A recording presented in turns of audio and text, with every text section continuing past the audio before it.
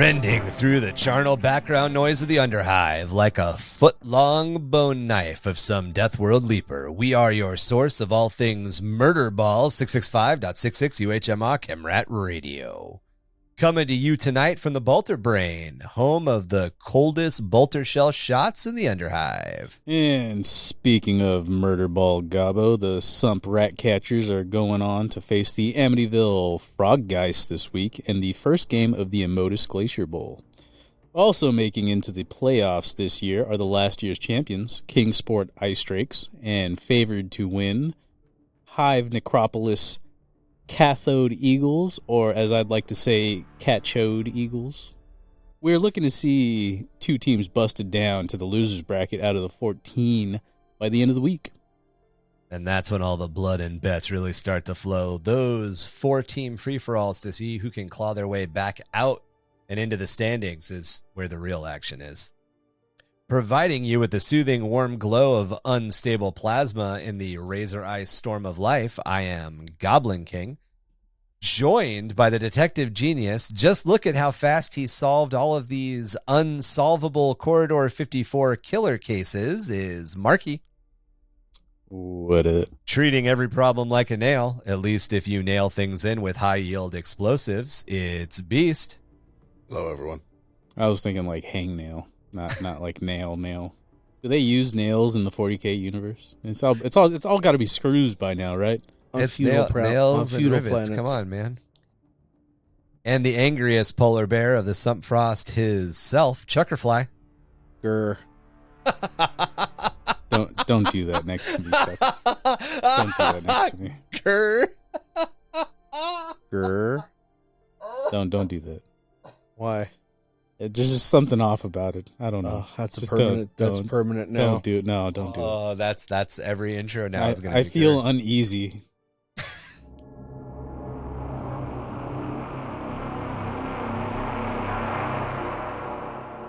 Welcome to episode 59 of Under the Hive of Madness, Tyranids Part 1. As we've done with the last few factions, we are diving into the Codex-specific lore, although we will be looking to and referring to things out of the Black Library novels from time to time. With our last series being all about the Genestealer Cults and our next faction series switching its focus back to the Imperium, it felt like a good chance to explore the Tyranids themselves. To help set the stage for the episode, I'd like to read the beginning, or I'd like somebody to read the beginning, maybe me, of the Tyranid Codex. I can do it. You going to do a voice? You got to do a voice. You can read? Yeah. Excuse me. I'm So gonna do my Tom voice. All right. I can't do Tom Space Marine voice, but I can do Tom voice. Okay. Beyond the human galaxy, beyond the range of man-made spacecraft Sound and like shit. Astros. Shut the fuck up. Sound like shit. I don't got Sound like sublime- a fucking dumb shit. That's what you sound like. You sound like shit. Wow. Like Sound dumb like shit. Like dumb shit. That's a compliment. That means I was doing a good job, Tom. Like that. You're fucking wrong. Fucking wrong. I sound like a goddamn poet. And you know it. Shut the Shut suck. the fuck up. You fucking suck, Steve. You even know how to read? I'm trying. I asked that earlier. I'm trying. I ignore all these jabs at my reading. It hurts me inside. Not really, but beyond the human galaxy, beyond the range of man-made spacecraft and astro-telepathy, lies the unspeakable cold of intergalactic void. I could say that a little bit better. That's right. You fucking suck. The unspeakable cold of the intergalactic void. Few have ventured into this realm, and none have ever returned. It is the great barrier that divides galaxy from galaxy, a place where time and space conspire to hold the worlds apart with inconceivable distances. Yet the void is no longer empty. An immeasurable, ancient, and implacable intelligence moves through the cold and darkness, its many eyes fixed on the distant glittering lights of our galaxy. The Great Devourer moves between the stars and hungers for the flesh of all who lie before it. This great organism, this monstrous entity, is known as the Tyranid race. Even by naming the Great Devourer, civilizations betray their ignorance Every thought and action, every spark of life in the Tyranid race is bound and interlinked into a single mind, a single great entity that stretches over light years of space and is controlled by the immortal Hive Mind.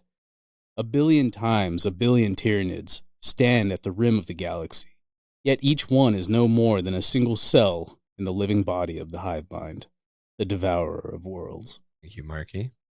Before we jump into the meat of all of it, though, what is everyone's general experience or thoughts on the Nids?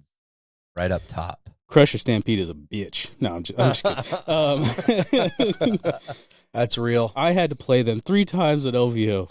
You think I'm joking, but I'm not.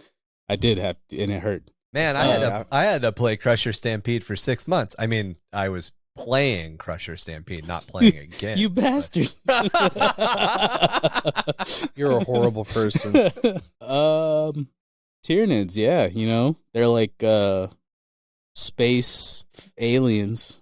They're everything you want in an enemy. Yes. I think. They're easy to hate. They're easy to be afraid of, like to be scared. They got a dick cannon. Yeah, they have everything. Like they have every way. They have every way to combat everything you have, and they also have every way to combat every way that you don't.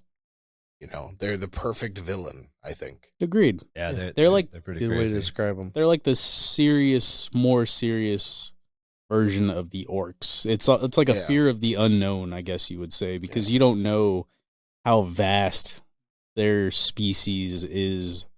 When they just speak of like the tendrils or splinter fleets of the Tyranid race that come into our galaxy, like there's talks of them being surrounding our entire galaxy. Like there's nothing left in our Googleplex. Yeah. The thing that's always kind of freaked me out, I can't remember where the quote comes from, and it's probably an unofficial quote.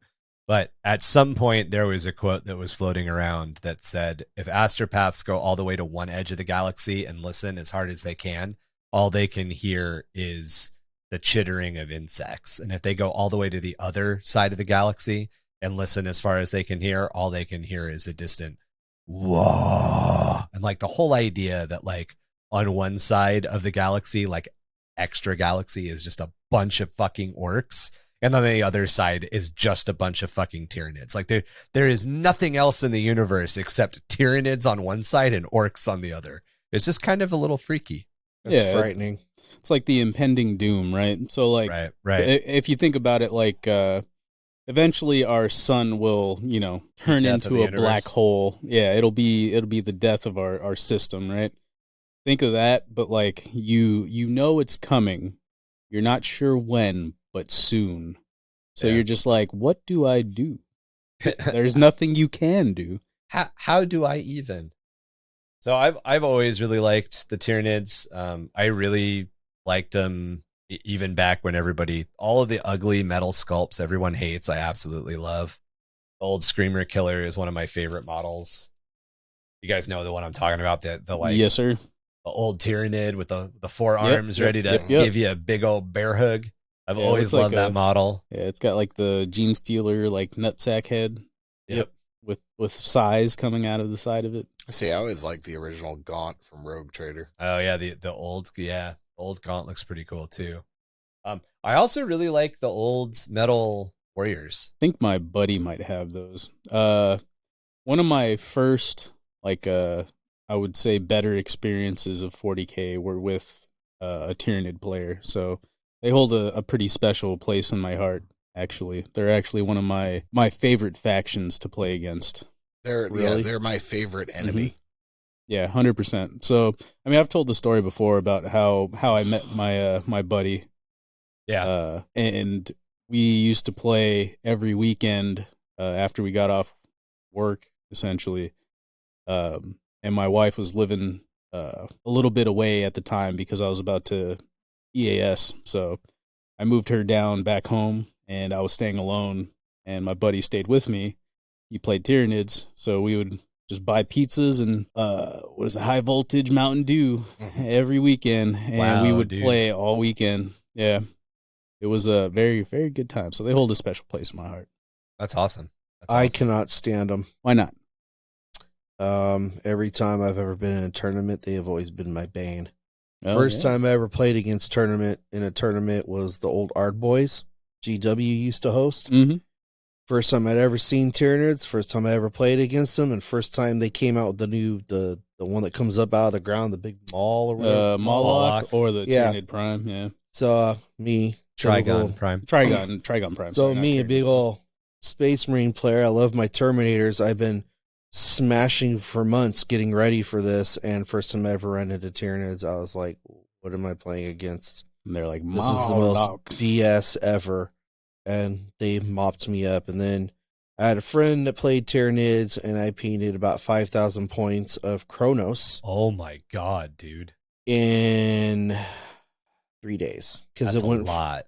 Yeah, it went from, take your time doing them to I need them by next weekend for tournaments. Damn, dude. Damn. I destroyed a lot This of was brushes. a friend? Yeah, this was a friend. You're a better friend than me, Chuck. I would have told him to fucking go eat ass. Well, Go kick rocks. Yeah, Yeah. that's the saying. and then since then, me personally, I've struggled against Tyranids in play. And every time I run into a Tyranid player, it's always the most ridiculous meta stuff going on.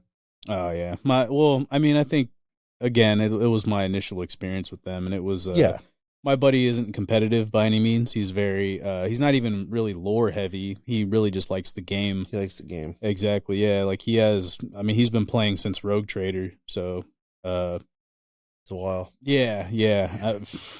It's been a long time for him. But yeah, Tyranids hold a special place in my heart. One of my favorite factions to play against. I've always fucking loved them. I've matched up with meta a couple of times just by luck, just because I own some crazy ass Tyranid models. But like I own both Heradules. I didn't buy them for Crusher Stampede. I just bought them because I think they're dope as shit. And then Crusher Stampede came out. They were really good on table, and now they're not. And yeah, I don't. Maybe it's just the tournament cycle seems to favor Tyranids, or maybe it's something else. But I like the fact that you can play Tyranids different ways a lot. You know, there's probably 3 main ways to play Tyranids. I'm super aggressive. I rush across the table. Yeah, every faction gets their limelight in the competitive scene. Yeah. Recently it was Tyranids, eventually down the line I'm sure they'll suck again or they'll be even better. Who knows? They're not they are not doing good posts. At Iowag they didn't place that high. Everything that placed high at Iowag was Soup or Imperial. Mm. Yeah, lore-wise, I like them. Lore-wise, I think they're really cool. You know what you need, Chuck? You need to play against someone who knows how to, or who wants to play non-competitively. Yeah, play the narrative. Yeah, because when you get to play like endless nids, never played a nid player like that. Oh man, it's so good. So good. I love it. It's the best. That dude, every weekend, we've had Death a lot Watch of versus fun. Tyranids. Yep. Every weekend. I literally went to my buddy's place. I flew out because he lives in another state. I flew to his place. And flying with the army. I was flying with my Death Watch army. And we probably got a combined like maybe 6 hours of sleep over 4 days because we would play nonstop, take a nap, get up, eat some more pizza, drink some more dew, and then play nonstop until we were like, all right, dude, I got to get some sleep or I got to take a nap. And it was amazing. It's best times in my life. Our first semi thrown together narrative crusade that we ran on Twitch stream was Genestealer Cult and Tyranids versus Knights and Imperial Guard. Yep. It was Marky and I playing against Tom and Kev, and everything was just determined on, that very narrative driven. If the Nids won, that was the one I got bonked in the head. That was Marky took over your night and turned your guns on you. Yeah, well, that happens every game. So yeah, that was a lot of fun. They don't have that anymore. You don't got to worry about it, Tom. Oh no, yeah, it's gone now. Yeah, but you never know. They might get it back, Tom. You never know. I'm all fuck them. He'll be back in a few months. All right, so let's kick it off with the Great Devourer. The Tyranids are a race of alien predators that are invading the galaxy from the void beyond its edge. Like swarming insects falling upon precious crops, they devour all before them, consuming all life upon each world in their path, and leaving nothing but airless rocks in their wake. They are a threat to every sentient species in the galaxy, and their numbers are ever growing. In the long centuries since their first appearance, the Tyranids have vexed the Magi biologists and the Inquisitors of Ordo Xenos. Even as the galaxy sinks further into the grips of the Tyrannic War, humanity has fought more battles against this alien threat than even the records of the Administratum can count. Still, they remain a horrifying and bewildering mystery in equal measures. So Tyranid technology is entirely biological and far more advanced than anything else that the Imperium has encountered in the last 10,000 or more years of conquest and warfare. Their armor is thick chitinous plates. Other biological tricks such as chameleon-like reactions and even obscuring clouds of spores are used to hide and protect them. Guns, blades, transports, and even their void ships are also completely biological constructs, many of these being genetically designed symbiotes that are grafted onto the host's body. So when it comes to like their weapons specifically, but even like certain types of ships or the transport ships, there's another entity that's like grafted onto it. There's like birthing sacs grafted onto its side and stuff like that. Even their ammo can be biological in nature, either being acids or bioelectrics, or even living, such as the flesh and armor-boring beetles that are fired from some of their guns. They also spread toxins, weaponize plagues, and other such horrors. Everything about the Tyranids is tailored towards being more efficient at killing and consuming. Singular Tyranids, even those who maintain independence, seem to lack anything other than a basic feral intelligence.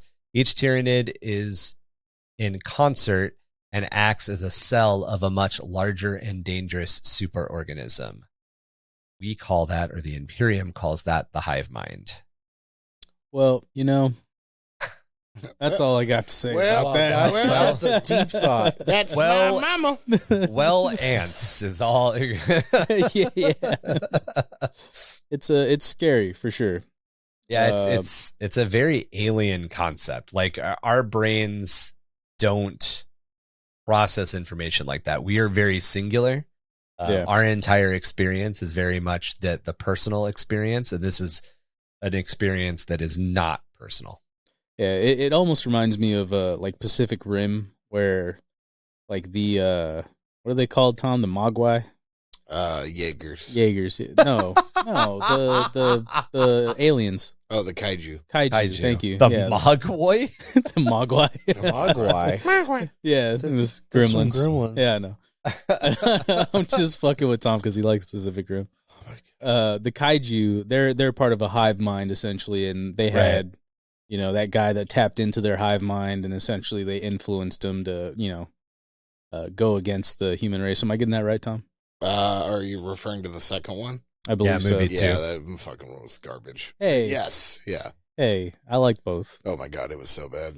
Dude, you know me. I like bad movies, man. Come on. It was real bad. Yeah. If it's a bad movie, I mean, if it's a good movie, I like it too. That's besides the point. But yes, yeah, he was You corrupted. just like shiny nickels. Yeah, you know, very easy to please me.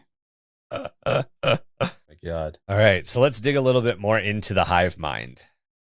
What the hive mind is eludes even the most learned and experienced of the Imperium. What is understood is that the hive mind controls the entirety of the race. On the battlefield, it has been observed that certain specialized Tyranids operate like node beasts, establishing a web for the hive mind to control. The entire race, even across the distance of the interstellar gulf, acts in concert, moving ever closer to the warmth and the light of the galactic core. A fact that makes their attacks in space battles devastatingly synchronized.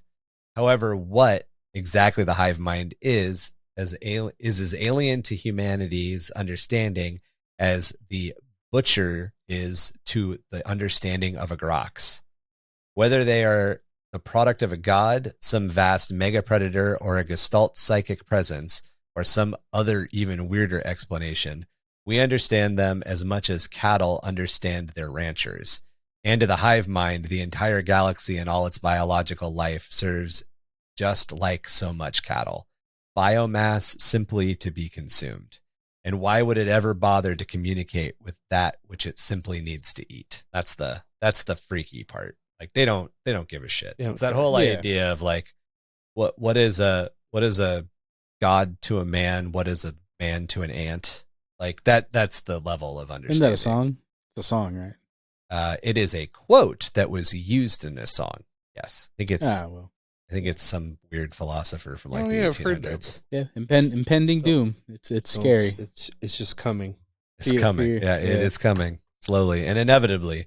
Like it's coming all over the place. Just flinging around everywhere. Yeah, just sporing out. Yeah, just getting in all kinds of nooks and crannies. And just like those books you don't like to read, Marky, and some of the ones I've read. Yeah, they spore all over the place. It is pretty freaky when you read the stuff of how much Space Marine chapters will actually sacrifice themselves. How much coming is actually happening. Yes, is actually happening. Yeah. To wipe out a Hive fleet and then discover one little thing got away. Yep. Yeah. It starts the whole process back over again. Yep. Yeah, it's there's a Space Marine short story that's pretty brutal. Like describes them about finding a ship. And it's the whole process of this one Tyranid ship that survived, it doing the whole process of tearing parts of itself down to start the whole process over of generating more ships, more Tyranids to go to a planet, start doing everything over again. Yeah. Yeah. Something I know we're probably going to get into is the actual term is eluding me right now. The something of the warp. Shadow in the warp. Shadow of the warp. Yeah. So like I forgot. I think it was a short story, or something, or maybe it was something that Genestealer Cult. It might have been Genestealer Cult. When we talked about it in Genestealer They explain, Cult. They explain how when the Tyranids actually invade a planet, like how terrifying it is. Yeah, because the warp's cut off. Yeah. So like, there's no way to communicate outside of your planet. Like it's essentially the apocalypse, but things that want to eat you. We mentioned it in the Genestealer Cult episode because it came up. It was nascent at the time, but it's more connected to the Tyranids. There's a short story by Cold Open Stories, which is an audio drama podcast that's really good. And the story is essentially Hormagaunts attacking a planet. Tyranids attacking a planet, but the major force that's doing it is Hormagaunts. And like it tells the story through the actions of like a guard who just has a standard patrol, like an administratum, magister, essentially, like a lawman. And every day he goes out, he gets his patrol orders from the central office, and they're like, oh yeah, patrol from 32nd Street to like 7th. And he does this patrol and he comes back. And then the next day he goes and they're like, yep, patrol the outside of the city, from 24th to 2nd. And he does the patrol. And then the next day it's like, yeah, from 15th to 10th. And at that point, the guy is like, wait a minute, 15th to 10th? That doesn't make any sense. And then like you find out that because of the way that the Tyranids are acting and because of the way that the Shadow and the Warp is acting, everybody in the city just thinks that the city is getting smaller, and it's not. The Tyranids are just coming into the city center slowly, and they're fucking wiping everything out outside, and the people are just waking up and not remembering that those streets exist anymore. Like it's really well told, and it's super freaky, and it's awesome, and it deals with like chameleon skin, because you don't even see the Hormagaunts until it's too late, until they rip you apart and stuff like that. It's interesting. Yeah, and cool. in lore. Not on tabletop, but in lore, Hormagaunts are fucking devastating and can just rip the shit out of anything. Yeah, like they think like Zerglings, right? Yeah, they tear through Space Marines. They'll go straight through Space Marine armor. And I know that like on tabletop that doesn't necessarily happen, and it kind of sets up this like weird false dichotomy where people are like, oh yeah, Space Marine can wade into an entire group of Termagants or Hormagaunts. You're like, Tom on tabletop. Yeah, 100%. That was a Tyranid warrior, not a gaunt. But no, it was a Hormagaunt. No, they were warriors. There were warriors in there. Oh, Oh my God, you got and warriors are even worse. We were playing the Death Watch RPG, and Tom was a flesh terror vanguard. Yeah, and he jumped in the middle of a pool of Hormagaunts and Tyranid warriors. He found out very fast that my heavy bolter was just bounces off their fucking armor. No, well, my heavy bolter saved him. Yeah. I killed 2. He did. Yeah, and then I got eviscerated. They're nasty though. There's a short story in the Magus, which is the like book series that bridges a lot of the Eisenhorn Ravener and Beckwin stuff together. And it's a Dan Abnett short story. And they contact this Magos biologist, and they're like, there's a super predator. There's an apex predator on this planet that you haven't identified. You have to go identify it.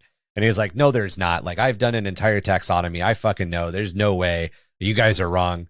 And he goes out with this like hunting team of like specialized bounty hunters who are like known throughout the galaxy for being able to hunt down dangerous live game. Like, that's their whole thing. And this one fucking cornered Hormagaunt shreds like 6 guys. And it's just by like dumb luck that this scientist and this other character fucking survive. And it's just like the way that they, and that's the thing, especially if there's one, it's just gonna, it's like cornering a fucking raccoon. Anyway. So basically on the lore side in 40k, everything, they're nasty. Everything is dangerous. Like, 100%. A Catachan is like a regular guardsman on the tabletop. No, Catachans will fuck you up. Oh yeah, like, Space Marines will like everything. Even everything in lore is horrifying. Cherub will fuck you up.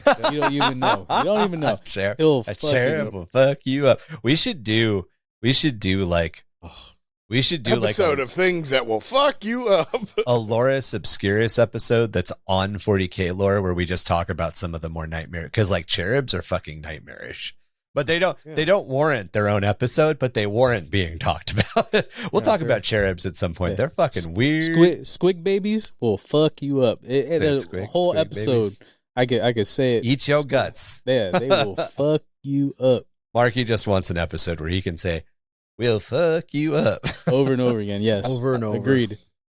All right. So ever since they were first encountered, the Tyranid threat has simply grown. New Hive Fleets have emerged. New adaptations have been encountered, and the sheer mass of biological horror has just increased. Attacking from the extragalactic void, they attack from the fringes or dive up and down onto the galactic plane, devouring anything that lays in their path. We've talked about this before. Generally speaking, we look at the galaxy because of its shape as kind of being like a frisbee, if you will, with a bulge in the center. So the plane that it orbits around, there's a super dense mass at the center of our galaxy. And in the 40k universe, that center is called the Maelstrom. And everything orbits around that. And because everything orbits around that, it essentially levels out into a very plate-like or frisbee-like shape, a wide oval shape. And everything that humanity has ever encountered comes essentially on that galactic plane. And don't think of it as being a flat surface, because within that galactic plane, you're still talking about several thousand astronomicals thick. But when something comes truly from above it or below it, it's really weird. The Carcharodons, the Space Marine chapter, the Shark Space Marine chapter, they exist above the galactic elliptical. They exist above the galactic plane, and they hang out up there, and every once in a while they come down and do stuff. When Abaddon attacked Terra, he did it from above the galactic plane. He came down from above, and since none of this stuff was really trained to look straight up into intergalactic space, it was all trained to look essentially sideways within a certain amount. So you're saying he had the high ground. He had the high ground. So to bring back an oldie but a goodie, they don't follow the rules of maps. They don't. They do not follow the rules of maps. And specifically, Hive Fleet Leviathan is coming up from below. It's coming from below the galactic plane. The first warning many worlds have of the oncoming threat is what Marky mentioned, the shadow in the warp. This is a psychic signal which acts to blanket the region in a nullifying field, cutting off all astropathic communication. Even as it cuts off and isolates entire worlds, the shadow acts to worm paranoia and discord into the world's population. Psychers bear the worst of these effects, using their powers while under the influence of the shadow in the warp, can burn out their minds or drive them mad, even killing them, as their heads are filled with the screeching of thousands upon thousands of chittering insect voices. Then come the Tyranids, emerging like deeper shadows themselves from the void. The Hive Ship smash through the defense platforms and warships alike before unleashing swarms of warrior organisms in the trillions. Tyranid bioorganisms choke the skies and the ground, and while for a time the planet might be able to fight back and hold them at bay, cut off and alone without any chance for reinforcements, one by one the defenses crumble. Guns fall silent. Even the atmosphere of the planet, which has been seeded with microscopic Tyranid spores, turns against the defenders, choking and dissolving them even as they put up a resistance, or as they turn to flee.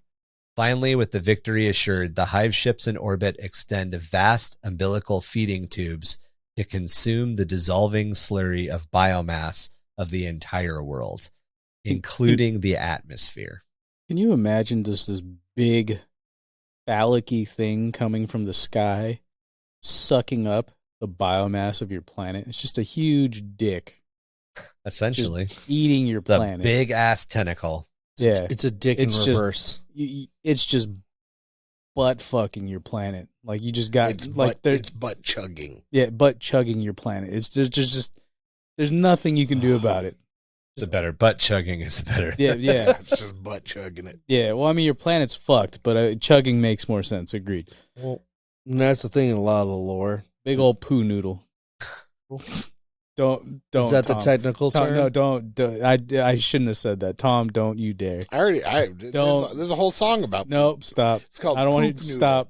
Poop noodle. Yeah, poop noodle. Yeah, we're not talking about this. Sorry. It happens. I take it back. I take it back. It definitely happens. Don't, Tom, stop. I can't. I can't. Oh my God. I've had it happen. Don't stop. So don't stop. Ryan, change the subject. We'll probably get into it in a little more detail in a future episode. Yeah, let's talk about but noodle. The Tyranids, much like the xenomorphs in the Alien franchise, secrete like a resin when they're done attacking, and they build digestive pools that they drag shit into and they drop it in, and then they make capillary towers, which are like these big towers that extend into, they almost look like super organically sheathed like termite mounds. And then these ships up above drop these tentacles or these umbilicals down, and they latch onto these towers, and they literally just like fucking drinking liquid through a straw. They just suck up everything. To refer back to my favorite movie, Starship Troopers, you know that big giant testicle that crawls around on roaches? I was like, is he gonna around on roaches? I was like, what's he gonna go with? Is he gonna bring up species? Is he gonna bring no, not species. Okay. Yep. Starship Troopers. Wrong again, Ryan. Wrong again. I got a vast library of favorite movies.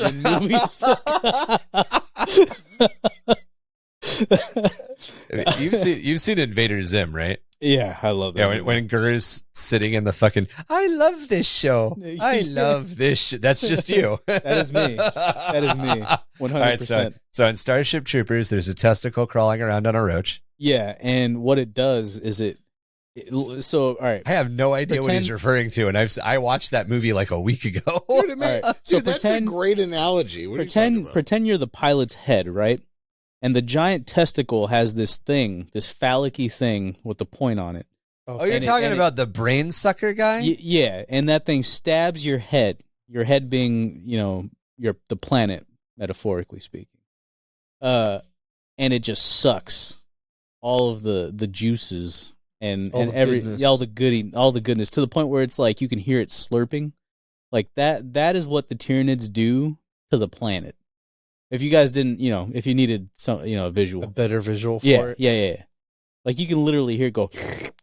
That guy right there. Yeah, like I'm pretty sure they used a sound effect from like drinking from a fucking Costco like cup at the end of the cup, like drinking pudding through a straw. Yeah. Oh yeah. Well, I mean, towards the end when there's not much left, right before you shake and hear all the ice. Yeah, exactly. You're like, oh man, was that all that was left? Like that's what they do to your planet. And yeah.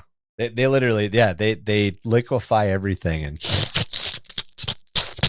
Yeah, it's great. I didn't need that sound effect. Thank you. Yeah, you did. I'm a little turned on right now. I don't know. It's just good. Oh, I have something for that. I sent you a photo. Oh God. First of all, Tom, stop doing that. You bring this on yourself, Marky. First of all, you Tom, bring it on yourself. Second of all, to bring it back, in the third movie, which is a horrible movie, even by my standards. Oh yeah. Even by my standards, when they use flashlights for guns, it's worse than the second Troopers. one. Yeah, there's a second. There's three. Yeah, there's three, and there's animated ones too. The animated ones bad. are different. Yeah. But the actual Starship Trooper movies, there's three. Yeah, so I saw a horrible movie last night. Speaking of, but finish what you're saying before I bring up my movie. I believe it was the third one. Third one is all about the planet one. What's the one where they're stuck inside that tower? That's the second one. Okay, so in the second one, they have like a psyker, like a up and coming psyker chick. She's like psychically inclined, but doesn't really know it too much yet. And whenever she touches one of the infected individuals, she gets like I remember premonition, and it's like it's essentially all of the arachnids like a stampede of them. So I would assume it's a clip from the first movie. yeah, right. They had to Hey, that's the one where they use flashlights as guns. I was like, this is horrible. Yeah, but it's got boobies, so I'll accept it. I do not remember that. I remember the movie being horrible. I do not remember nudity. The movie has to be pretty bad for me to forget that there was nudity in it. Yeah, they got boobies. It's not bad. So. Man, Ryan, you got me all stirred up now. What was I talking about? You're talking about flashlights. Oh yeah. The people having their brains sucked out, premonitions. Yeah. So she has a premonition of essentially getting like trampled by all the arachnids. Apparently, it's from the first movie. A clip from the first movie. Yeah. That's essentially what I believe the astropaths see when they try to communicate outside. 100%. It's just them getting trounced by a bunch of hormigons, and they're just like, oh my god, they're everywhere. It's described as just like your head is filled with just the screeching of millions of insects, which has got to be like you can't be fun. Yeah. You can't hear, you can't think. So I mean, if you like bugs, it can't be that bad, right?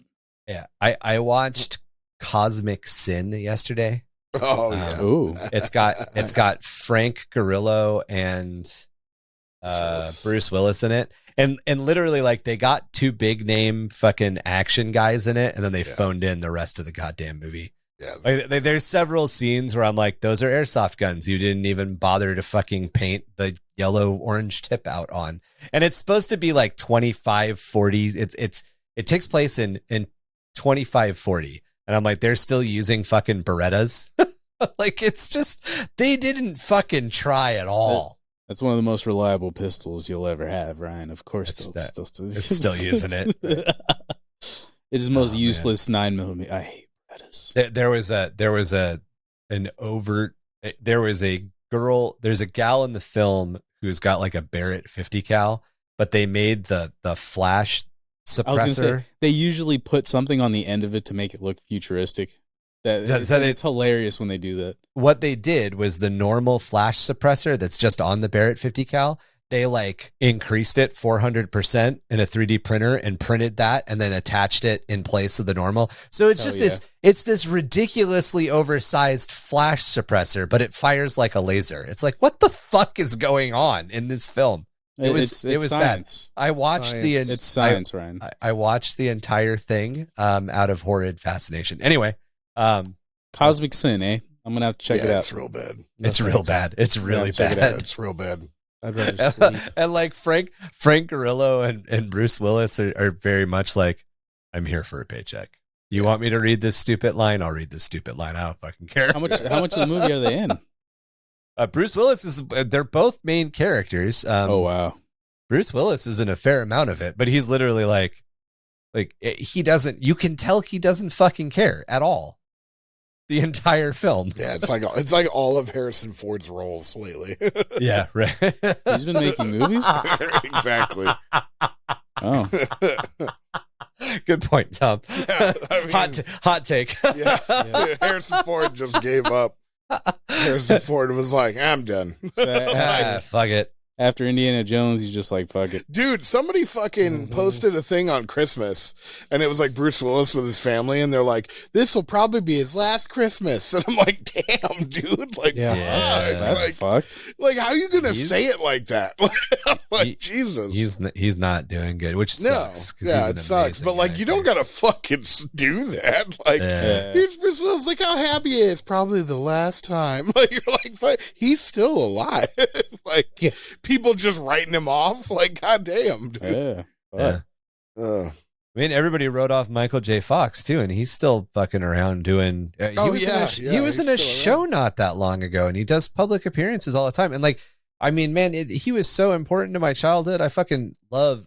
It's painful to see him on television because, like, the state he's in, but I love seeing that he's still doing stuff. Like it's so bittersweet. Anyway, on to first contact with the Tyranids. So the first recorded encounter between the Imperium and the Tyranids came on the world of Tyranid Primus in 745.m41. It was the conflict that would see humanity put a name to this new alien menace and saw the beginning of Hive Fleet Bahamut's rampage through the Imperial. Wow. Behemoth. And saw the beginning of Hive Fleet Behemoth's rampage through Imperial space. I say Bahamut. It's moth, not myth. Behemoth. Okay, fine. Yet it was not the only early contact between the Tyranids and their prey. Imperial records actually mark a few times before the death of Tyran that the Tyranids, or at least things that may have been the Tyranids, were encountered. In M35 on the jungle world of Zyaphoria in the Tiamat system, human records and craft world Iodin records note the discovery of a continent-sized megastructure. Made of chitin and enphalitic tissue, it projected a psychic signal which induced nightmares and even drove the Eldari into fatal seizures. So, because I know you're going to ask, Marky, nice. There is nice. There is no definition for encephalitic tissue, but encephalitis is an inflammation of the active tissue of the brain caused by an infection of the autoimmune response. The inflammation causes the brain to swell, which can lead to headaches, stiff neck, sensitivity to light, mental confusion, and later seizures. So I am guessing that these megastructures were covered in a brain-like matter that caused essentially encephalitis. That must be what encephalitic tissue is. What's the only thing I can figure out. One disease or thing that starts with M? Meningitis. Meningitis, yeah. Yeah. Meningitis, I believe, is an encephalitic disease, I think. I'm not 100% sure. I know at least a stiff neck, and there's some other things in there, but I'm pretty sure it's within that range. Ryan, aren't your folks doctors? Doctors? You should know this. I should know more science stuff. Yeah. A lot of science fiction is like again, they call it encephalitic tissue. So they found, encephalitis, and they changed the itis to a tick, and they're like, good science word. And it's just techno babble. Good science word. Since its discovery, Ordo Xenos has found other such structures very similar to it and attributed to them to Hive Fleet Tiamat. However, their purpose is not yet understood. In the Helican sector in M36, winged nightmare creatures were encountered that match Ordos Xenos records of Hive Fleet Ouroboros' many bioforms.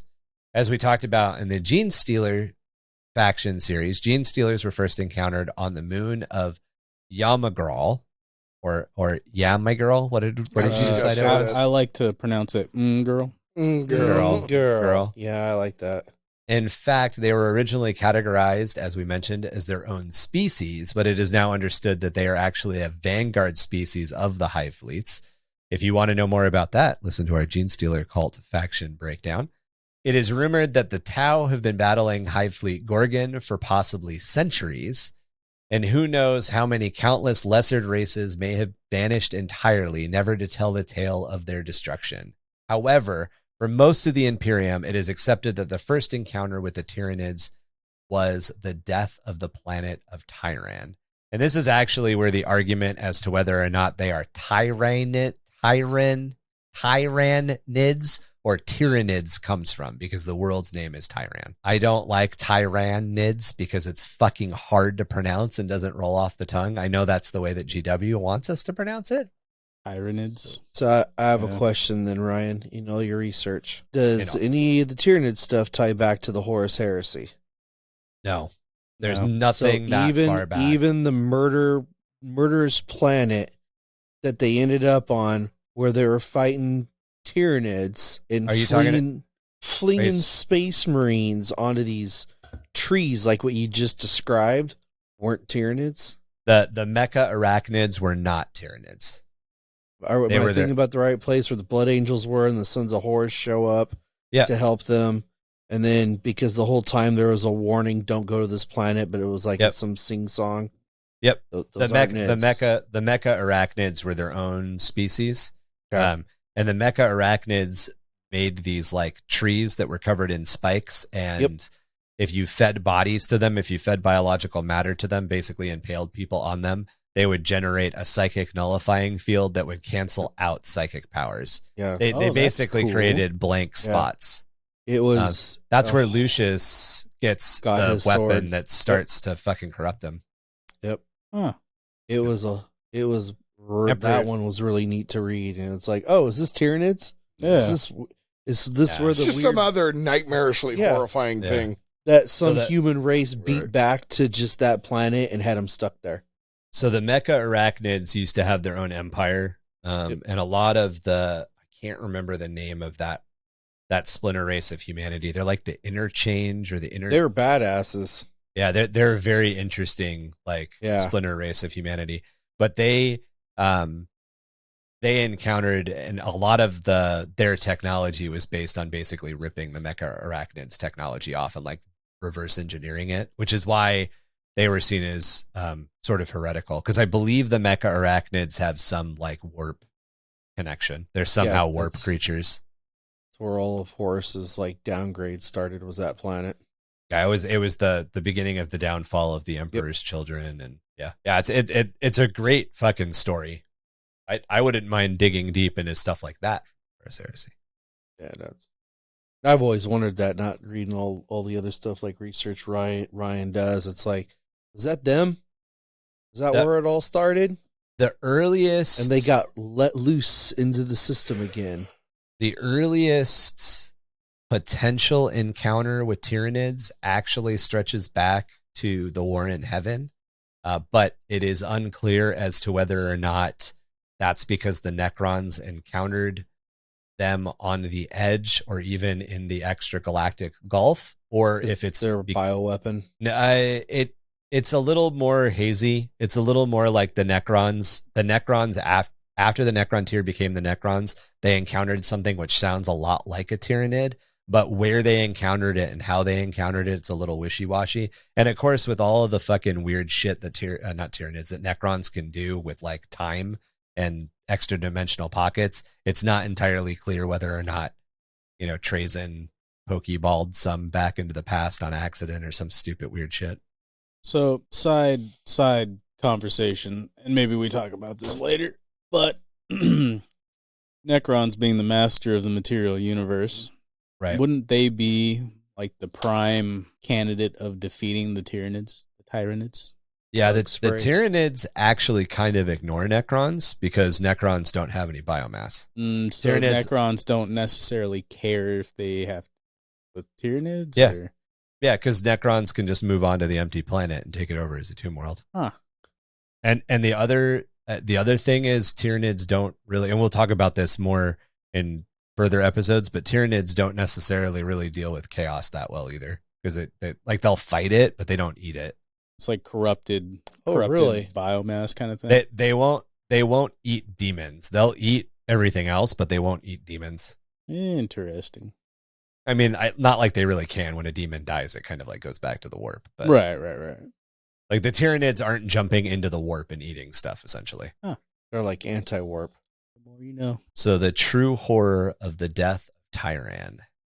It is only by chance that the outpost world of Tyranid Primus was able to prepare for the coming onslaught, no matter how fruitless those actions would be in hindsight. Sent out to do a census of nearby worlds, Imperial explorators started to come across planets scored of all biological life, even down to the smallest of bacteria. Unknown to the Imperium at the time, these planets had been the first that Hive Fleet Behemoth had come across after their long hibernation while traveling across the intergalactic gulf of deep space. They had targeted these worlds where they had no sentient life which would be able to put up any sort of resistance. They were easy targets rich in biomass needed for the Hive Fleet to return to wakefulness and full strength. While these dead worlds remained a mystery, they were still alarming enough that the outpost of Tyranid Primus continued to send back reports to the wider Imperium. A true warning of the coming danger came when a returning survey ship encountered a massive cloud of unidentified biological objects at the edge of the Tyranid system. These turned out to be biological mines, and the ship fought its way to escape them, barely returning to warn the outpost. Days later, the true invasion began. Under the command of the Adeptus Mechanicus Magus of Varnock, the outpost bristled with defenses. Built into a clutch of old volcanic islands, the bases had been built to resist the storms and many beasts of the world's oceans. 4 huge orbital defense laser installations were nestled in ceramite silos and covered in void shields, with supporting gun installations, defensive walls, and Protus-class bunkers all over the island. This was all supported by squadrons of fighter craft and Adeptus Mechanicus troops and Astra Militarum troops. This had been more than enough to successfully fend off past Xenos and heretical attacks. However, none of this was a match for what Hive Fleet Behemoth was willing to commit to consuming the world's teeming biomass. So basically, these oceans had just fucking giant monster fish and Leviathan in them, which I found fucking interesting as shit. I didn't know that about Tyranid Primus. It's just the second, huge oceans. Yeah, it's just basically, it used to be pretty much an ocean world. And like, there were just these big ass fucking monsters that lived in the ocean. They would constantly attack the Imperial outpost. So the Imperial outpost just bashed into itself more and more and more. The second the Hive ships came into orbit, the laser batteries on Tyranid Primus split the skies with incandescent blasts. Just when all seemed hopeless, the guns' cooling systems glowing critically white hot, the invaders withdrew. Magus Varnock responded by ordering his fleet to chase down and destroy the invaders. However, this had all been a ploy by the Hive Fleet. Once Varnock's forces penetrated the spore cloud which acted to mask the alien fleet, they discovered they had destroyed no more than a dozen of the bioships, while several thousand laid within, waiting to greet them. The ships of the fleet were either torn apart by devastating bioweaponry or stripped of life and converted into biomass by boarding swarms of Genestealers, Ripper swarms, and other monstrosities. I knew that they consumed all biomass they came across, and I had like this idea that included them fucking up and just totally destroying ships. But this was actually one of the first times that I read of like, oh yeah, Genestealers and Ripper swarms go in and they fucking eat everything, and then the Hive ship literally like shoots its little tentacle into the corridor and sucks all that shit out too. This a novel or one of the codexes? This is Codex. Oh, okay. This is the Fall of Tyranid Primus. One of the newer codexes or an older one? 7th. I mean, I used 7th, 8th, and 9th when I do. Generally speaking, I go back a couple of editions when I look at the different lore, and I basically cast, compare and contrast when I'm doing research. Okay. And I had known from the novelization, and I had known from like, obviously Space Hulk, that Genestealers eat everything and they pull the biomass back to make more Genestealers.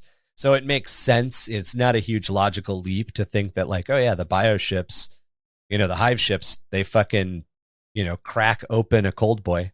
They crack open a ship of the fleet and they just fucking drink everything. It makes sense. Totally makes sense. But it was just interesting to see it like spelled out in the codex. Is there anything, this would be one of those things, I don't know where this would fall. maybe creative writing for people. So say a Hive Fleet goes through, right? They win. Right. They move on. So everything's left behind. Their pirates coming around, getting all the tech. Their orcs coming around, grabbing everything. That's a good point. They leave dead, airless worlds behind them. So the mechanism, and we'll get into detail on how they slurp up everything, I think in episode 2 is where we really kind of dive into it. But they even eat the atmosphere. They convert even the atmosphere to eat. But you have a really good point. All of the technology and all of the buildings would just be left behind because the Tyranids don't give a shit. So if it's not broken or destroyed in the war, it's just laying there. Could you imagine somebody writing an orc story and they're just coming along and they're like, Tyranid, let's just wait. Like it's a cunning leader. That's like, let's just wait. It follows Tyranids specifically to loot planets. And they keep growing and growing and they're just collecting all the Imperial warships and weaponry. That'd be really interesting. I mean, at the same time, like, I think the especially if you look at the star maps of the Tyranids coming in, I think the conception or the idea is that surrounded the Tyranids, the Tyranids that are attacking are the front of the force, but there's just like a giant convoy behind it. Yeah. And maybe that's not the case. Maybe it really is like a front that's pushing through, and if you get behind the front, you're good.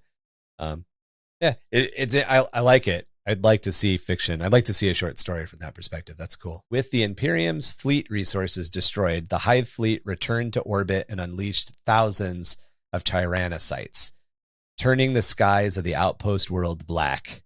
Even as the defense lasers cut down hundreds, many of thousands smashed into the planet's ocean, disgorging their ravenous passengers. The oceans boiled with furious violence as the Tyranid invaders tore their way through the world's own monstrous sea creatures. As they emerged from the ocean to scale the outpost's walls, the disciplined volley fire of the Imperial Guard was able to hold them at bay. Wave after wave of Hormagaunts and Genestealers were torn apart, their corpses choking the rain-drenched killing fields between the bastions. Thunderbolt fighter craft tore drop pods from the sky and stitched lines of death through the new waves of invaders. But then the northern defense laser fell silent, choked by the corpses of thousands of gargoyles which had flown into the barrel and drowned out the beam projectors, overloading the weapon. Then the eastern defense laser fell. An enormous Carnifex had rammed its way through the reinforced ceramite walls and rampaged through the defenders before throwing itself into the laser's coolant lines. The then thunderbolts sputtered and fell from the skies, their intakes choked with spore mines, or their pilots torn from their cockpits by shrieking harpies. As the defenses fell silent, the Tyranids started to fall on the planet's main base. Mere hours after the invasion had begun, the Tyran outpost was as good as lost. Even guardsmen of the Catachan, some of the toughest bastards in the galaxy, broke and ran for cover they would never be able to find.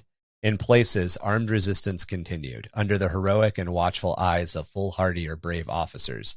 But one by one, these pockets also fell silent. Yeah, the guard, like they can't take the gun out, so they just fucking fly into the barrel until it's too choked to fire anymore. Okay, and that's just a Tyranid. Like, the Tyranids don't care. They're going to fucking eat all those dead bodies and turn them back into gargoyles. Recycle. Yeah. Doesn't matter. It's all biomass. Every dead Tyranid warrior is just biomass for the Hive Fleet. Like, it comes back down to that, like, they're never really at a loss. Unless you vaporize it entirely in the void, they're not really losing. I was going to say, it's almost like a symbiote, right? In the larger scheme of things, like a symbiote is, you can't really destroy it unless you're, willing to destroy yourself. Yeah, purifying with flame, but like a symbiote, it's just going to keep throwing, its own, whatever you call it, its body, goo. I guess. It's goo at its you. Own goo. And that goo is just going to keep, recycling itself into it. So it's just like in a more simpler way of thinking, it's just a symbiote like poking it. And that poke, I guess, in the Tyranid sense, would be like a splinter fleet, right? Yeah. Well, and we'll talk a little bit about what splinter fleets are here in a couple of minutes. But yeah, it's literally just like, it's almost like fighting orcs. Every time you kill an orc, you make more orcs. It may not happen immediately. It's going to happen later. But with the bigger Tyranids, say they get killed, they get recycled, but doesn't their consciousness and some of the lore say they learn from it and come back even stronger? Yeah, like the Swarm Lord. Synapse creatures Synapse creatures. And the Hive Mind in general does. We'll talk about that here in a second too. But so finally, only the command bunker remained, its walls beginning to crack under the unrelenting onslaught of the Xenos monstrosities just outside. Varnak watched the invasion through his few remaining displays, watching as aliens flooded the base, destroying or consuming anything they came across. Finally, the adamantian gate of the bunker buckled and crashed inward, spilling Tyranids into the command complex. Even with guardsmen and Skitari unleashing a hellish torrent of promethium and phosphax, the aliens swarmed through the searing fires and hacked them to bloody bits. As Hormagaunts poured through the breach, Varnak whispered a final prayer to the Omnissiah before triggering a data codex to fall deep into the bowels of the base itself. This codex would be Tyran's enduring legacy when it was discovered many months later by Inquisitor Kryptman, who dedicated his life to fighting the Tyranid menace. Kryptman found the planet sucked dry, every scrap of vegetation and every drop of water consumed. As he reviewed the data codex, the true horror of this threat from beyond the galaxy was revealed, and he set out to warn the rest of the galaxy. It was Kryptman who named the threat Tyranids after the world they had consumed. And this was the beginning of the Tyrannic Wars. Yeah. They and I think, Marky, you mentioned this at the beginning, they are the ultimate horror monster. I think you guys all actually did. I think in your own way, each one of you pointed this out. They are the unquestionable cosmic horror bad guy of the 40k universe. There's nothing that they can't do. They're insects, which makes a lot of people's skin crawl. They've got that unknown element. They've got that whole, like, they come from outside and are possibly older than the galaxy itself. Just everything that's just kind of like, we don't like. Well, I mean, what it boils down to is that they are the end of everything that we are, right? So, what is our, like, biggest drive, especially in the 40k universe, right? To expand. Right. To expand and enter out into the cosmos. What do we believe we know about them? They are the end of the cosmos. There's nothing there but them. You know what I mean? Like, they are our polar opposites in a sense. They are the end to everything organic. They are the end to everything that is created, like the life process, right? Which we are. We are the embodiment of a life process of evolution, of, that chance, right? And they are the end of it. That's what makes them our if there was a thing being said that, like, what is in the 40k universe, what is the human, like, primary villain, and that is them, because they are our opposite. And for all we know, because everything in our galaxy that's behind them is barren, everything in the intergalactic void that they've come across would be barren. Yeah, that's what I mean. Like, when we think of expanding into the universe, right? Well, we can't, because they've already, they're expanding. There's into the nothing there. Yeah, well, they're expanding towards us. Like, right. That's what I mean. Like, we expand outward. What's like, well, so are they, and their outward is us. Like, yeah, kind of like to build off to what Tom was saying. They're the end of us biologically. They're the polar opposite of us biologically, in the sense of, well, I wouldn't say opposite. They are the end of us in that way, where, like, chaos would be the end of us in a moral spiritually. way. Yeah, spiritually, morally. Yeah. They're just the end. Right. And, Necrons are more of a... you kind of try and pin all the bad guys, right? Like, what are Tau to us then, right? Some, like, maybe ego, right? I don't know. I don't look at them all like that. I literally just look at Tyranids like that. I mean, they're all definitely in their own way. Maybe Tau would be considered the end of the opposite of us spiritually, right? Or not spiritually, but Eldar. Politically. I would say politically. Yeah. Eldar are a warning of what we could become. Right. Yep. Tyranids are an end of what we are. Chaos is a consumption of our soul. Necrons are, I don't know what Necrons are. Right? Yeah, I was trying to place them. But... Necrons are like the uncaring cold. Yeah. Well, I'd say the universe just doesn't care about you. Loss Necrons. of Necrons are kind of like you said, a lesson of what could happen to us. They're loss of self. Exactly. Yeah. Right. Loss of individualism. Yeah. Yeah. It's interesting. And big if true, there's whispers or theories even within the Imperium that the Tyranids are running from something. Right. Yeah, there's the whole some of the other old lore that them and orcs are bioweapons. Right. Well, and that's the other thing. We're the Tyranids created by the old ones. Yeah. So if they're a bioweapon, are they heading the right way or are they running away? Right. Is there an old one connection? Yeah. Kind of like the idea of there's always a bigger fish. Yeah. Right.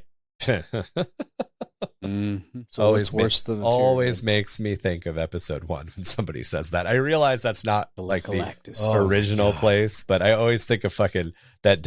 There's always Obi-Wan Kenobi. There's always a bigger fish. I always think of that when somebody says that. And then there's a lizard in the water eating a fish. Right. That's right.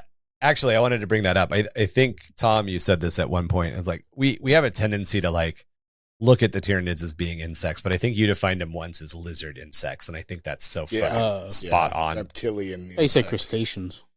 Yeah, I could see crab too. I didn't say that. I thought Tom mentioned crustaceans. No, well, that's what talking about paint schemes and stuff. I said that like coconut crabs. But no, I've mentioned them as like dinosaur bugs, like cross between reptiles and insects. Because they're like birds. Like imagine like like a fucking ostrich, but combined with an insect. Like that's a Tyranid. I kind of like Marky's crab thing though, because like if you look at their arms specifically, and then think of like crab arm, like have you ever seen somebody eat crab arms? They crack them open and they suck all the meat out of the inside. That kind of looks like a Genestealer arm now that I think about it. Anyway. I mean, look at that big old thing with little tentacles coming out of its face. It's like the size of a crab, the model. Yeah, no shit, right? Yeah, I mean, they have carapace, carapi. I don't know. What's plural for carapace? Carapace. Yeah, I think it's one of those words that just is. Carapussies. Carapussies. Yeah, like Genestealers totally have that same joint. Yeah. Wow. Think about a joint when you crack open a crab blade.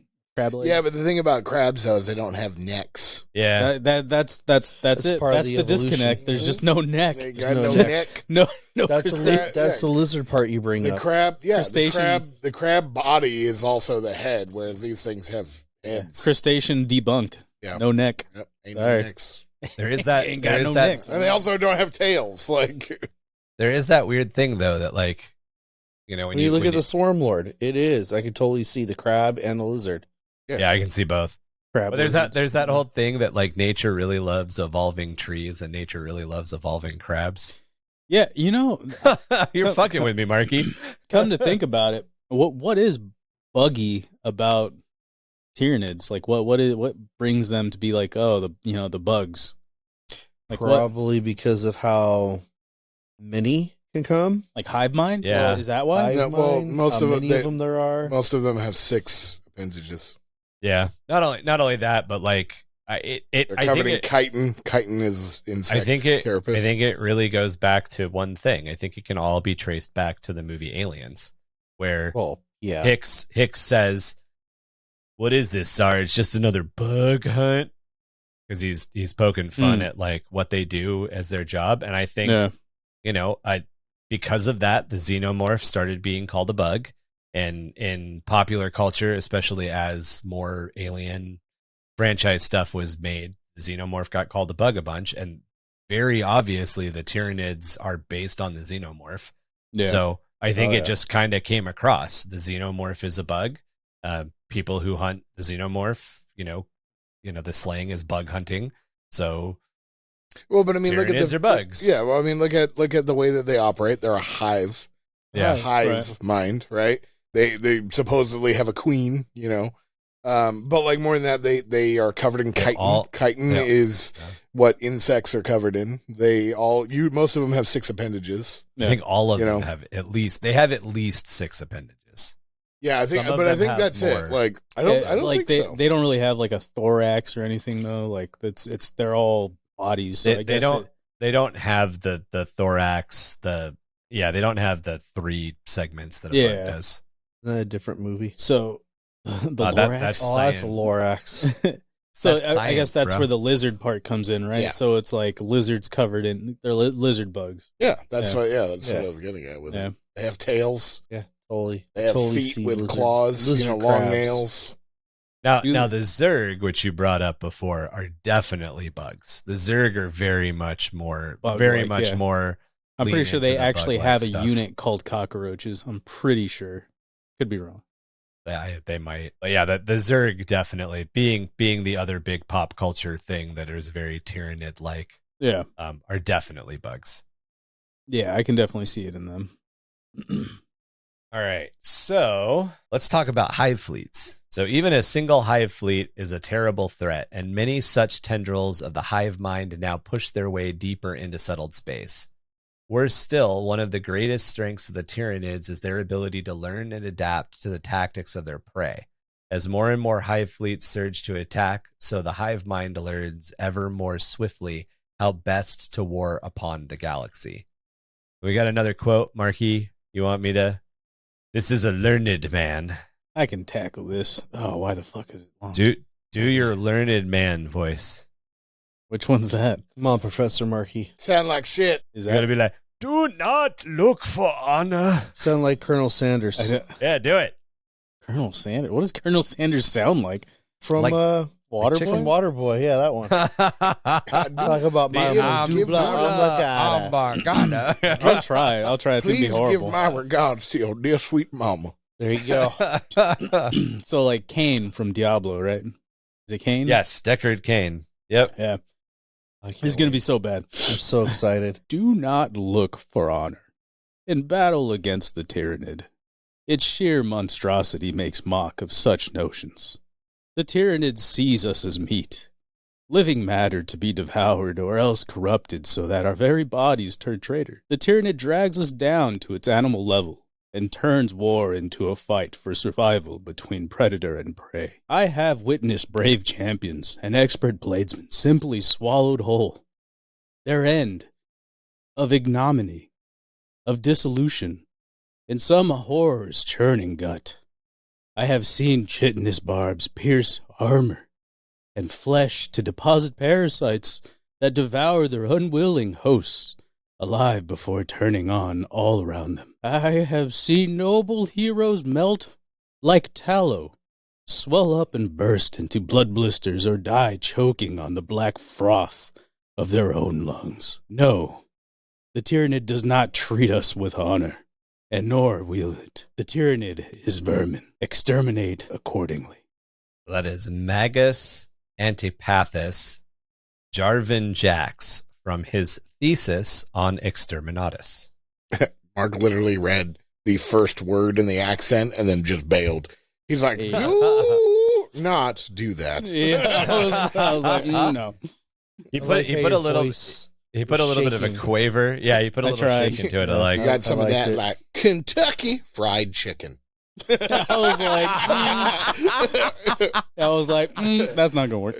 Some of that Kentucky Fried Chicken. No two Hive Fleets are the same. They vary in size, composition, appearance, and offensive capabilities. Despite these differences, though, they are all made up of hive ships that can be defined by a number of shared factors. Hive ships are all massive bioorganisms designed to endure the extreme conditions of traveling through the void of space. Masses of chitinous armor and bone superstructures that are covered in thick, fleshy hides that are adapted to shrugging off the killing cold. While they come in a vast and wide variety, most have an array of trailing tendrils and hooked talons, large and capable enough to coil around and crush kilometer-long warships, reducing them to so much debris. They also feature beaks, fanged maws, tentacles, and colossal feeder proboscis, well suited to consume the biomass of planets, space fortresses, and even entire ship's crew. So, Marky, a proboscis is a like whip mouth. Squid. Oh, okay. Like a Cthulhu mouth. Yeah, it's like a mouth on the end of a tentacle. Proboscis. Yeah. It's a thing from microscopic organisms. Oh, okay.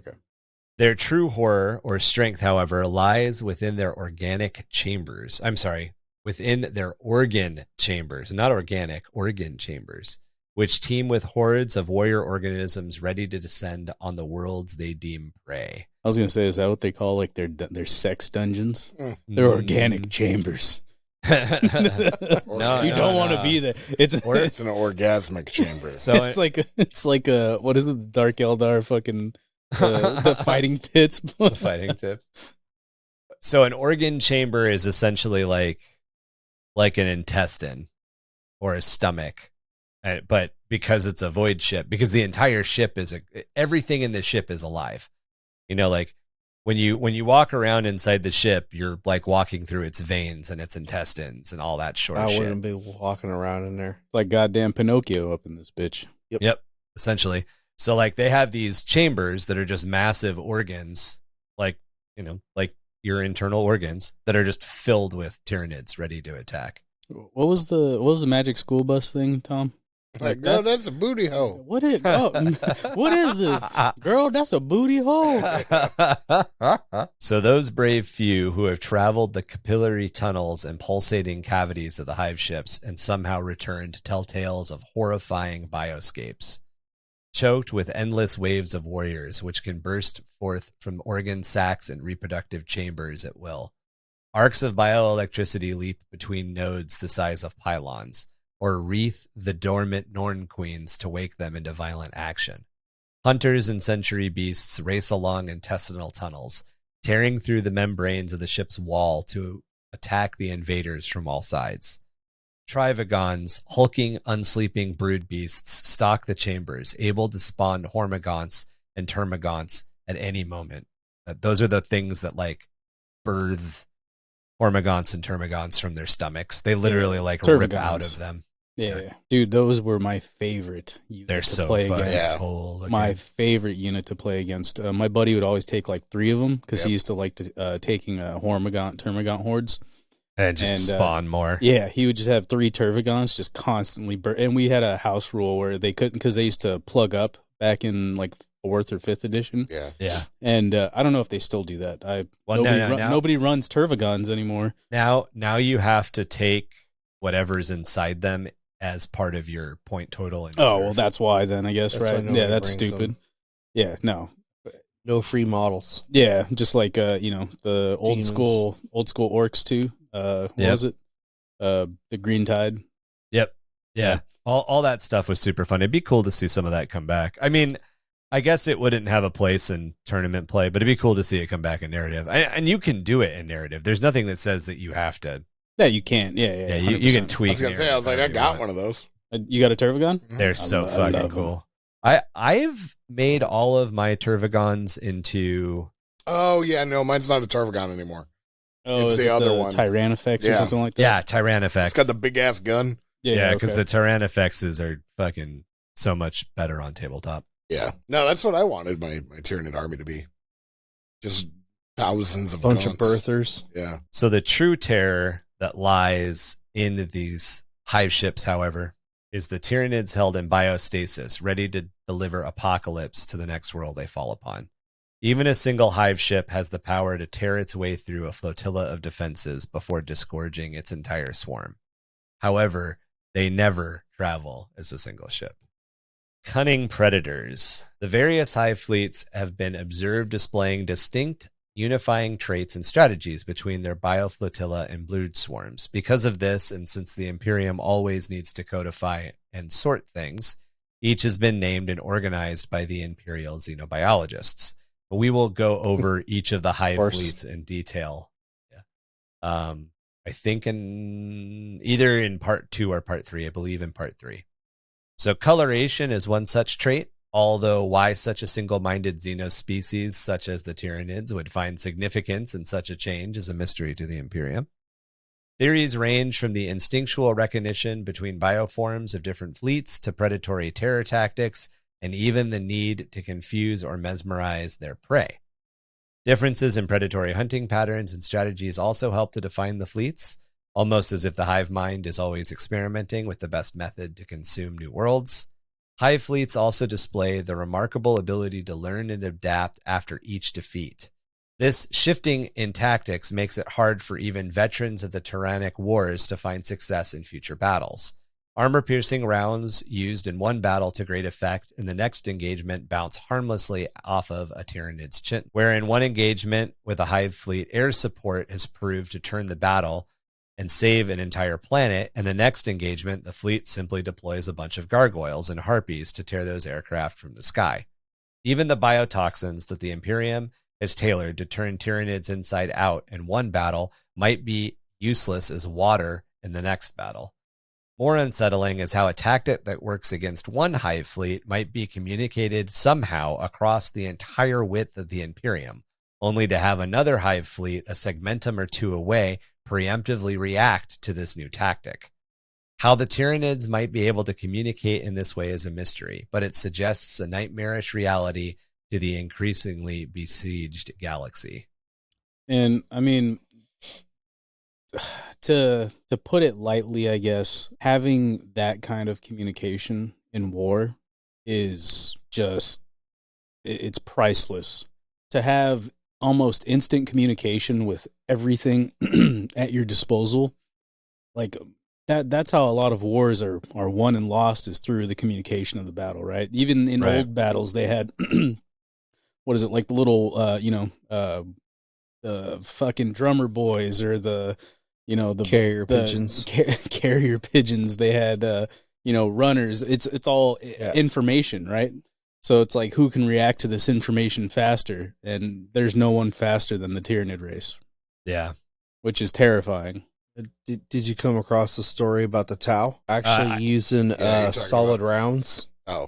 Yeah. So swapping back and forth between their fusion weapons and traditional armaments to try keep the Tyranids to at bay. Confuse. Yeah. That's crazy. The Tau actually developed a bioweapon that worked on them once. Yeah, once. That was it. All like hundreds of thousands of Tau died. And that's like, it was actually one of the last stands of the 8. Like, the 8 were all that was left that was holding off all this stuff, while Ovessa, the Earthcast Tau for Farsight, was trying to, like, develop this thing. And then he finally did, and, like, wiped out all the Tyranids on the planet, like, everything, like, saved the day. And they were like, we made it! And then they were like, now we have the weapon! And then they went to the next planet, and they're like, it doesn't work anymore. Like, Jesus. They lost a whole planet and, like, holy last stand, everything. And was like, all at the end, they were like, we won, we did it. Oh, fuck. Well, like broadsides were developed to fight the Tyranids, the Storm Surge, and the Arvarna. Yeah, the Arvarna was developed to fight. Yeah, it's just... The Tau designed something bigger to fight the Tyranids, and the Tyranids come out with something bigger to fight whatever they made. Yeah, I think that's how we got Tyrannifaxes. I think Tyrannifaxes were like the response to some crazy Tau thing. Yeah, right, but well, I mean, not that you can trace any Tyranid organism to one engagement, because they kind of just seem to like gestalt together. But yeah, they're the epitome of like Semper Gumby. Like, they're so malleable and so fast to react, and instant communication. They're almost like the perfect weapon, essentially. And it makes them very, very difficult to fight in fleet engagements too, because in a fleet engagement, ships are far enough apart in a fleet engagement that sometimes it's taking 30 seconds to a couple of minutes for messages to be relayed. So imagine having a phone call with a 2-minute delay, and it's you talking to another captain, and you're trying to coordinate maneuvers. The Tyranid act as one organism in a fleet battle. They don't have a delay. They just react and change. So all the Tyranid ships in a certain area might focus on one massive battle barge and tear it to shreds before any of the battle barges supporting craft even get the message that they're attacking. Like that's the way that they attack in the air. They also, like we talked about with the fall of Tyranid Primus, they blanket entire areas in biological spores that basically act to obscure space. So a lot of times, and this happened in Tyranid Primus, but there's other cases where this happened in lore, where the Tyranids lose like 4 or 5 or 6 ships and they retreat back behind this wall. And then, the foolhardy, space marines or whoever they are chasing them. They steam, full steam ahead, go into that cloud, take them out, boys. They're on the back foot. And these like 7 or 8 Imperial ships break through this biological wall. And there are thousands of Tyranid ships just waiting. And it's that moment where you're like, oh, we fucked up. Yeah. Oh, we fell for it again. Should be going the other direction. Yeah. That should be the humanity baiting the Tyranids. Yeah. Yeah, and it's almost easy for the Tyranids to act recklessly because most of the things that they do, they're going to get back. Like, it's just biomass is biomass. If you throw a big old biomass ship at another ship and you gain that biomass from that, but you lose, but your ship dies, they're just going to eat it and birth another ship. Yep. Right. Exactly. And we even talked about this. We talked about this with Genestealer Cult stuff. If Genestealer Cult takes over an entire planet before the Tyranids show up, and then the Tyranids show up, the Hive Mind basically tells all the Genestealer Cultists, all right, great, jump into a dissolving pool. It's time to eat you. Yep. So the Tyranids don't actually, the Tyranids don't actually have to fight sometimes. They just show up and the smoothie's ready. It should be a Genestealer cult called the Mango Cult. They just make mango smoothies all over the universe. They can them out. It's that You could probably actually make the one that's pointing on the map. You could probably make him like a whatever you would call somebody, like a barista. Like a barista. Yeah. A smoothie station. Yeah. Hive Fleet Jamba Juice. Hive Fleet Jamba. Splinter fleets. The Tyranids are insidious, and it is near impossible to fully eradicate one of their hive tendrils. Should a hive fleet be defeated, either on a planet or in the void, some parts of it always seem to actually escape. They either run, revert to a primal state, or retreat under the orders of the hive mind or some larger organism into the ground itself, sometimes hiding or fleeing the theater of war altogether. For a single world, this can mean fresh horrors years or even centuries later, when an adapted force might return in orbit or burst from the very ground below their feet. This can be a more problematic phenomenon on a wider scale as the tendril or hive fleet is shattered in a battle or other catastrophe. It may escape and return later as a splinter fleet. These lesser echoes of the former threat are small enough to slip away, regain, and rebuild only to attack once again in time, often stronger and benefiting from the lessons they learned in their former defeats. Chuck had mentioned this.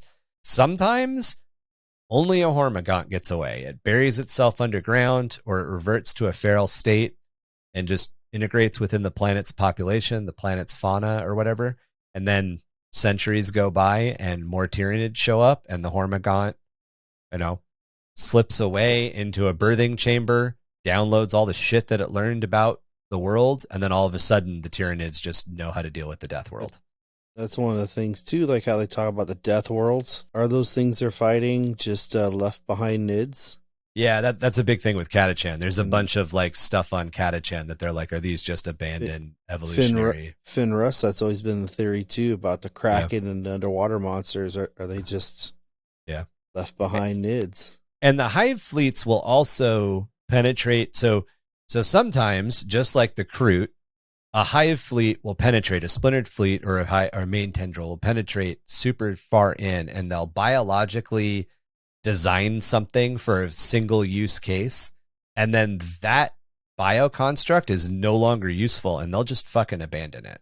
Yep. Dude, if they're unable to eat it again and recycle it, that fucking horror, that monstrosity may just establish a population like the Catachan Devil on a world and is now part of that world. But it's a Tyranid, and if the Tyranid fleet ever comes back around, that thing will reslave to the Hive Mind. What a badass story to make of like a planet that was like besieged by Tyranids that, maybe the Tyranids saw a more scrumptious meal pass them by and they leave, abruptly, leaving a decent amount of nids on that planet.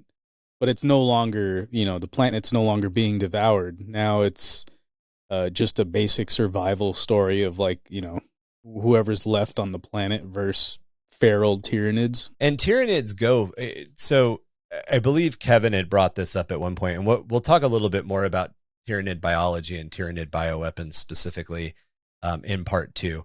But Tyranids don't eat in the way that we think they do. Like, they don't have stomachs. A termagant or a hormagant doesn't have a stomach the way that like a normal creature does.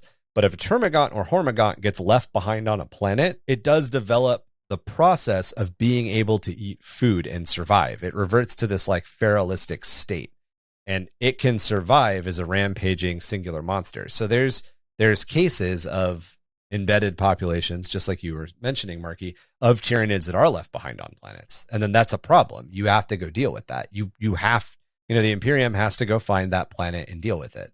So I don't know if this is kind of what you were driving at, but one of the things that they, we covered a little bit in the Genestealer Cult episode, and this is because it was a Tyranid thing. This is true for the Tyranids too.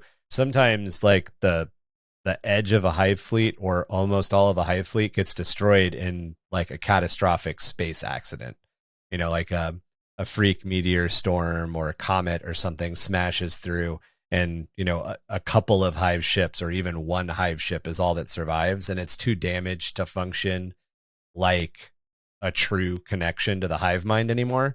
And then that bio ship, that Hive ship, and that Tyranid population just becomes abandoned. And just like Genestealer Cult, that Genestealer Cult may never be called back to the home because its patron is gone. There is no patron anymore. There is nobody looking for it anymore. And eventually, if other Tyranids show up, if another connection to the Hive Mind shows up, they'll refold in. But you get that opportunity, that short story opportunity, or that opportunity to make your own Hive fleet, your own splinter fleet, where you can play with the idea of like, I like all that shit. It's a very interesting kind of built-in way of having a little bit more freedom with the way that the Tyranids operate. That's how you can come up with all the different paint schemes, different ways to play them, tabletop. Yeah, and that's exactly why I'm not playing purple, white. I don't play Hive Fleet Gorgon, or not Hive Fleet Gorgon. Who do I play? Kraken. I don't play. I changed. I'm a Leviathan now. But like that's the thing. I used to play Kraken, and then I changed to Leviathan, and that it's just my They Who Thirst Hive Fleet Thirst Trap, or Hive Fleet They Who Thirst, as they've been renamed. I just, I use my own, it's my own Hive Fleet. It's got its own background lore, and it's a cut off chunk. It's a splinter fleet. You guys have any closing thoughts on Tyranids in part 1 on what we've covered so far? I'll save my thoughts till we're done with them. Negative. Until we're done with them. Done. So that will wrap it up for our first episode on the Tyranids. We will pick back up with part 2, going deeper into the Shadow and the Warp before getting into details surrounding the First Tyrannic War and looking into the bioforms, war gear, and weaponry of the Tyranids. Want to get in contact with us about lore, your short stories, or even your spooky stories? Reach out to us by email at underthehiveofmadness@gmail.com or jimdarkgaming@gmail.com. You can also get in contact with us by joining our growing Discord community. Not only can you talk to us about lore, hobby, and tactics of 40k, but you can also get involved on topics spanning from everything, including Age of Sigmar, to video games and role-playing games. You can also find us around the internet on Facebook, Instagram, and TikTok, or visit our website, underthehiveofmadness.com. Help the podcast grow by liking and reviewing us wherever you get your podcast fix. Those ratings and reviews on Apple really, really help. They get us in front of more eyes. Those rating, the star ratings, and subscribes on Spotify. Do the same. They get us in front of more eyes. But we are also all over the place, including Google, Stitcher, Amazon Music, and Audible now. So any place you find us, please use whatever inbound system exists to rate and review us and help us get a little bit further out. You can help us grow over on Patreon. That's patreon.com/underthehiveofmadness. All Patreon members get access to video podcasts with minimal editing, so you can see not only our beautiful faces, but you can hear all of the amazing blunders and bloopers that we produce in the recording process. All Patreon levels also get access to our quarterly painting contest, plus we have some perks at higher levels, so I definitely suggest you guys head on over and check all of that stuff out. The Bolter Brain, home of Brass Barrel Distillery, producing only the finest fungi beer and purest of distilled spirits. This month, they are uncasking a 15-year aged reserve of Devil's Comic Amasec, produced with only the purest of Arconian glacial runoff. Aging like a fine wine ourselves, or at least an overripe fruit, ringing in the truthiest vibration of rebellion, we are 665.66 UHMR Chemrat Radio. Reminding all of you chemrats, hive mice, and sump ghoulies to keep those dials fixed right here, same ratty frequency, for a dose of the same ratty-ass attitude.